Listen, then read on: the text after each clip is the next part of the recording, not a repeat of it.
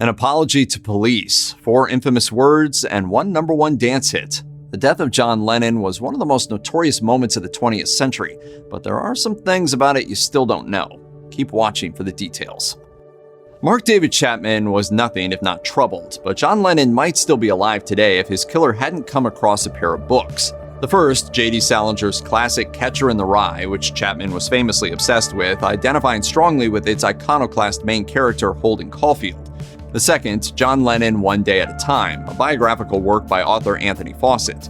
Chapman recalled during a 2000 parole hearing that the book solidified his opinion of Lennon, that he was a hypocrite, a phony who sang about imagining no possessions while living the luxurious life of a rock star.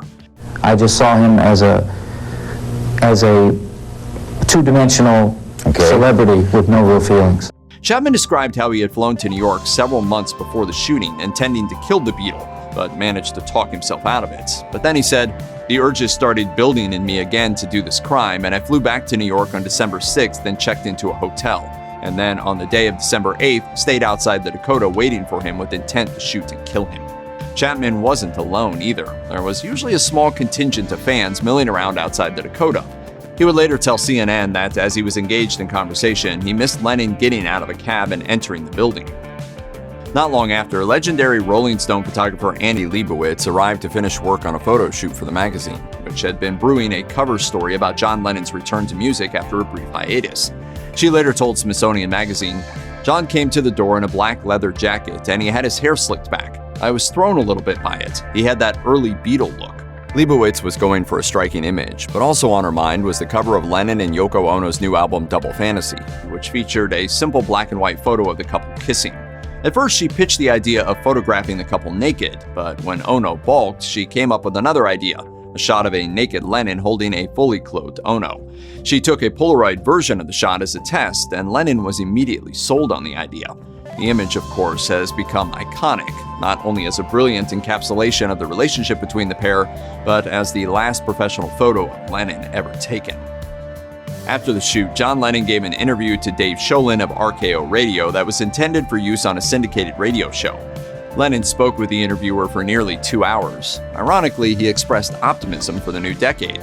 Lennon said, "I hope the young kids like Double Fantasy as well, but I'm really talking to the people who grew up with me and saying, here I am now. How are you? Wasn't the 70s a drag, you know? Here we are. Well, let's try to make the 80s good, you know? Because it's still up to us to make what we can of it." Lennon also offered a frank and foreboding assessment of his work as a musician to that point. He said, "I always considered my work one piece, whether it be with the Beatles, David Bowie, Elton John, Yoko Ono, and I consider that my work won't be finished until I'm dead and buried, and I hope that's a long, long time." After the interview had concluded, Lennon asked Sholin for a lift to the record plant's recording studio, where he hoped to get in some work on a new song. Sholin agreed, but as they left the Dakota, Lennon had a fateful encounter with what appeared to be an autograph-seeking fan. As John Lennon exited the Dakota, he was met by Paul Gorish, an amateur photographer who had previously snapped some pictures of him. As Gorish was showing Lennon his proofs, Mark Chapman approached, not with a gun in his hand, but a copy of Double Fantasy for Lennon to sign. At another parole hearing in 2012, Chapman described what sounded like a pleasant, if awkward, encounter. He said, "He was very kind to me. The limousine was waiting. His wife was waiting in the limousine, and he took his time with me, and he got the pen going, and he signed my album. He asked me if I needed anything else. I said, no, sir, and he walked away. Very cordial and very decent man." When asked if the encounter had given him pause in his plan to shoot Lennon, Chapman said that it had, but only briefly. He remembered, "There was an inner struggle for a while there, you know, what am I doing here? I did try to tell myself to leave, but I was so compelled to commit that murder that nothing would have dragged me away from that building." The song that John Lennon and Yoko Ono went off to work on was one that had been sticking in Lennon's craw for some time, Walking on Thin Ice, a dancey track with Ono on lead vocals. Its prolonged gestation in the studio meant that it had missed the cutoff for the November release of Double Fantasy, but the sessions on the song had been reignited a week or so prior. Lennon spent the evening tweaking the mix on the song with helper producer Jack Douglas, and by the evening's end, they had a mix that the musician was happy with. In fact, he remarked that Ono had just cut her first #1 single, and he was later proven right when a remixed version of the song hit the top of the US dance charts in 2003. For its initial release in February 1981, Ono penned a touching tribute in the liner notes. It read, Getting this together after what happened was hard, but I knew John would not rest his mind if I hadn't. I hope you like it, John. I did my best." After completing the mix at about 10:30 p.m., John Lennon decided to call it quits. He suggested that he and Yoko Ono should grab a bite to eat before heading home, and by all accounts, the pair arrived back at the Dakota about 10:45 p.m. For an unknown reason, the pair elected to use an entrance on a side street next to the lobby attendant's office rather than the main courtyard entrance. This is where Mark Chapman was waiting. According to witnesses and the killer's own recollection of the event to CNN, Mark Chapman stood up, called out "Mr. Lennon," and fired 5 hollow-point rounds from a .38 revolver at John Lennon's back. One round missed, 2 struck his left shoulder, and the other 2 caused fatal damage to his left lung and the arteries above his heart. When they went inside the gate, then all of a sudden they heard 5-6 shots, and that was it. Upon hearing gunfire, Yoko Ono instinctively fled around the corner, returning when she realized Lennon hadn't followed. Lennon managed to stagger onto a flight of stairs and tell the doorman he was shot. In yet another hearing before the parole board in 2019, Chapman confirmed his chilling reason for specifically using hollow-point ammunition. He said, "I secured those bullets to make sure he would be dead. It was immediately after the crime that I was concerned that he did not suffer." In the immediate aftermath of the shooting, Chapman simply stood with the empty revolver by his side, feeling a combination of calm and shock. He was approached by Norman Jose Perdomo in tears, who asked if he knew what he had done. Chapman responded, "I just shot John Lennon." Perdomo proceeded to shake the gun loose from Chapman's grip and kick it away. After that, Chapman produced his copy of The Catcher in the Rye and began calmly reading while he waited for police to arrive. On the front inside cover of the book, he had written 4 words, which have since become infamous. "This is my statement."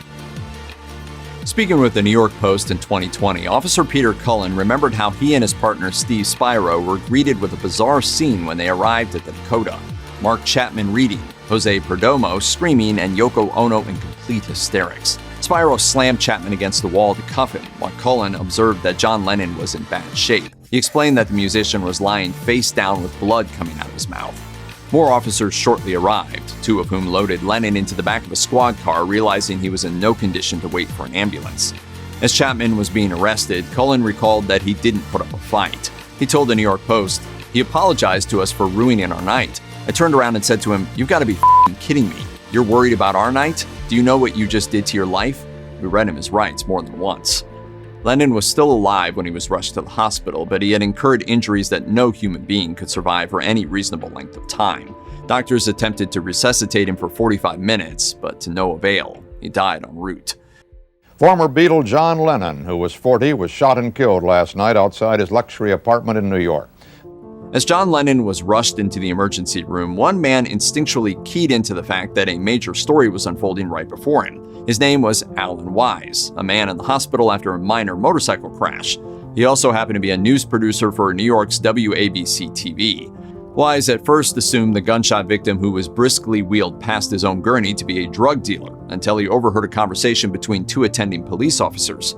Speaking with the News Times in 2014, Wise recalled, "There are 2 police officers carrying a man, and they literally take him to the room that I'm laying outside of. The 2 cops come out, and they're literally standing right by my bed, over my head. And one cop says to the other, 'Can you believe it? John Lennon.'" Wise, whose head was still ringing from his own accident, wasn't sure he'd heard correctly until he spotted Yoko Ono, at which point he flew into journalist mode. Wise got on the phone with his editor, and a short time later, he was conducting a phone interview with ABC Radio. The information he imparted would soon be passed on to the ABC television network, and it wasn't until afterward that Wise began to worry that Sean Lennon would hear the news on TV and not from his mother. In 2010, though, The Guardian was able to speak with a hospital administrator at the time, who assured Wise that an information blackout had been in place until Yoko was able to deliver the news to her son. It was so sudden, and I think that was very difficult for me. Needless to say, Lennon's loss affected all those who loved him deeply and continues to do so to this day. His ex-bandmates, with whom he often quarreled, uniformly offered short, direct public statements that betrayed their utter shock at his death. Paul McCartney in particular has never really gotten over the death of his musical soulmate. In 2020, he told NME, "It's very difficult for me, and I occasionally will have thoughts and sort of say, I don't know, why don't I just break down crying every day? Because it's that bad." As for Lennon's millions of fans, the loss of such a distinctive, incisive artistic voice was nearly impossible to process. At Yoko Ono's request, though, they did their best. On December 14, 1980, countless fans in New York and around the world took a moment of silent prayer in his honor. Check out one of our newest videos right here. Plus, even more grunge videos about your favorite musicians are coming soon. Subscribe to our YouTube channel and hit the bell so you don't miss a single one.